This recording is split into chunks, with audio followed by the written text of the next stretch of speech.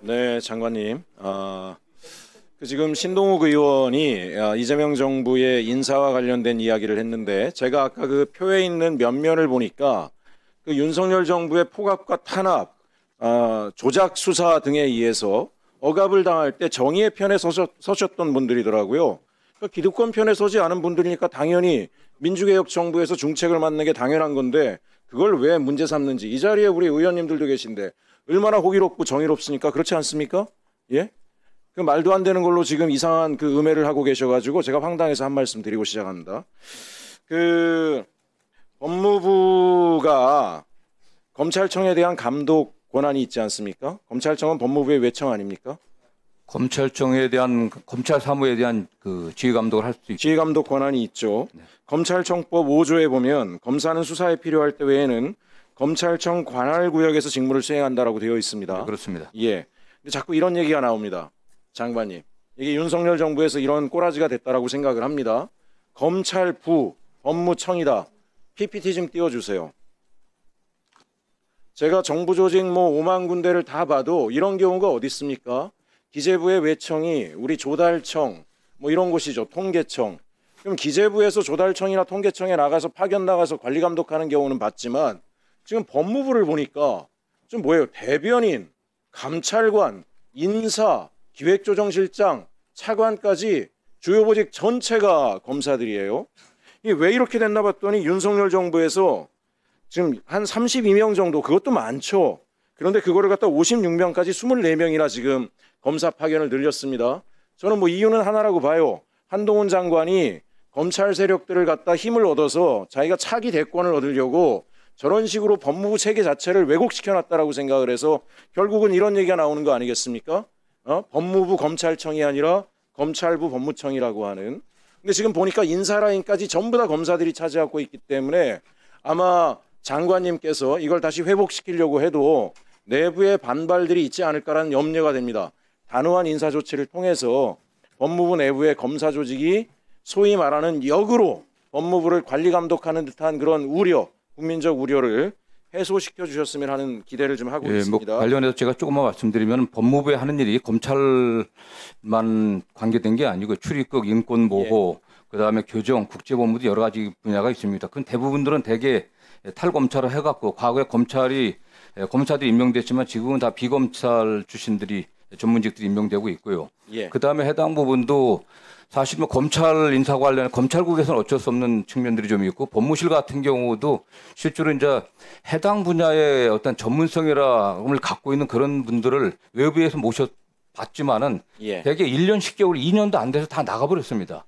경력도 짧고 여러 가지 문제점들이 있었기 때문에 돌아왔는데 지금 의원님 지적하신 점 고려해갖고 노력을 하겠습니다. 다음 PPT 좀 보여주세요. 요 다음 거 보여주세요. 지금 인권국 문제 말씀드리면 나간다 그리는데요. 제가 좀 알아봤습니다. 비검사 출신, 사실 검사들이 인권 탄압에 사실 선봉에 서 있었기 때문에 비검사 출신들을 문재인 정부에서도 상당수 법무부에서 영입을 해서 인권국을 개편을 했었어요. 근데 다시 이게 윤석열 정부에서 인력을 다 늘려가지고 검사 출신들이 장악을 했는데 비검사 출신들이 왜 나갔느냐? 한동훈 장관 체제에서 회의 결재 등에서 전부 다 왕따를 시켜버렸대요. 그러니까 이건 뭐냐면 조직적으로 한동훈 장관이 검사들과 짜고 비검사 출신들이 법무부 안에서 역할하는 것을 음해하고 모욕 주고 왕따 시켜서 이런 일이 생겼기 때문에 저는 어쨌든지 간에 차관이라든가 기조실장이라든가 주요 보직이 비검사 출신으로 가서 비검사 출신의 전문가들이 법무부의 목적에 맞게 일할 수 있도록 하고 오히려 역으로 검찰청에 법무부의 일반직 공무원들 중에 역량 있는 분들이 파견 나가서 나중에 공소청이 되더라도 관리 감독이 이루어질 수 있도록 되는 게 좋겠다라고 생각을 합니다. 하나 좀 더 보면 다음 PPT 좀 보여주세요. 지금 그 외부기관 파견도 엄청나게 많이 늘었어요. 도대체 검사들이 왜 정부 주요 보직에 다 나가서 저렇게 많은 자리를 차지하는지 다음 PPT 보여주세요. 저는 이제 이 부분이 더 중요하다고 생각합니다. 해외 파견도 보면 이게 정부 조직 중에서 검사 조직과 검찰청과 기재부만 이런 일을 합니다.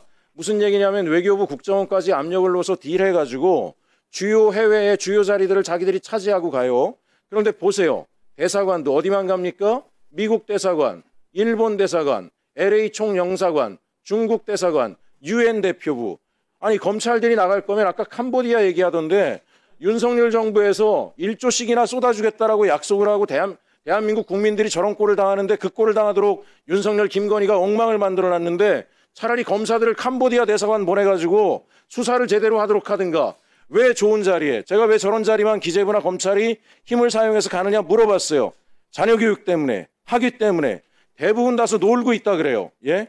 그러면 지금 우리 대한민국이 지금 우리가 이제 유통 채널도 다 다변화해서 지금 새로운 공급망을 뚫어야 되는 시대에 왜 우리가 위험 국가에 보내세요? 아프리카 앞으로 우리가 교역해야 될 국가에, 교민들이 범죄에 노출돼 있는 국가에 가서 우리가 상업적으로도 현지를 개발해야 되는데 검사들 법무부에 왜 두세요? 장관님, 저는 지금 너무 많이 있으니까 한 30-40명 빼가지고 아프리카, 중동, 캄보디아 앞으로 우리가 진출해야 될 국가들 보내가지고 현지 국가의 검찰 당국하고 협력해서 대한민국 사람들이 가서 거기서 마음껏 활동할 수 있도록 하는 게 좋겠다. 이렇게 하는 것들은 적절치 않다라고 생각합니다.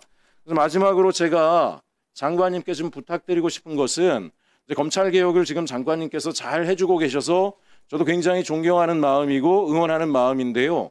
여전히 어쨌든 1년이라는 시간 동안 검찰 개혁이 완수돼야 될 시간 동안 많은 국민들은 우리 법무부가 검찰의 일종의 작업이라든가 이런 것으로부터 좀 자유로워지지 않겠는가, 국민의 법무부로 거듭나야 되지 않겠는가 하는 우려들이 있기 때문에 좀 힘을 내셔가지고 검찰 개혁이 완수될 때까지 장관님께서 이런 의혹들을 좀 철저하게 해소하고 말씀드린 것처럼 인사조치를 어떻게 개편할 건지를 기획안이 마련되면 저희 의원실에 보고까지 해주시길 부탁드립니다. 예, 좀 간단히 답변을 좀 드리겠습니다. 네. 정부 안에 파견되는 것은 제가 그 장관 취임 이후에 해당 부처의 의견을 듣고 파견했습니다.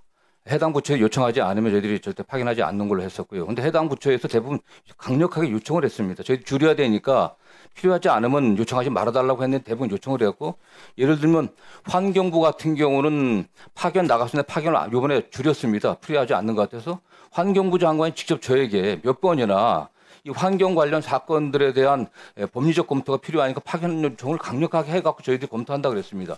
외국 같은 경우도 법무부가 일방적으로 보내는 게 아니라 사실 외교부하고 이제 기재부 협의를 거쳐야 되는데 대개 민사라든가 또는 그 관련 범죄 또는 사법공조 차원에 필요한 데 주로 보내왔습니다. 다만 의원님 지적하신 범죄가 다발하는 지역에 동남아라든가 이런 지역에 대해서는 수사관들을 좀 파견하고 있거든요. 검사 파견 같은 경우를 적극 검토하고, 일부에서 얘기하는 것처럼 장관이 검사들에 의해서 포위되어 있다 이런 주장들 하는데 절대 그런 거 없습니다. 국민주권 정부 하에서 법무부는 철저하게 국민의 안전을 지키면서 국민의 인권을 최대한 보호하면서 본인의 업무에 충실하게 저희들이 노력하고 있습니다.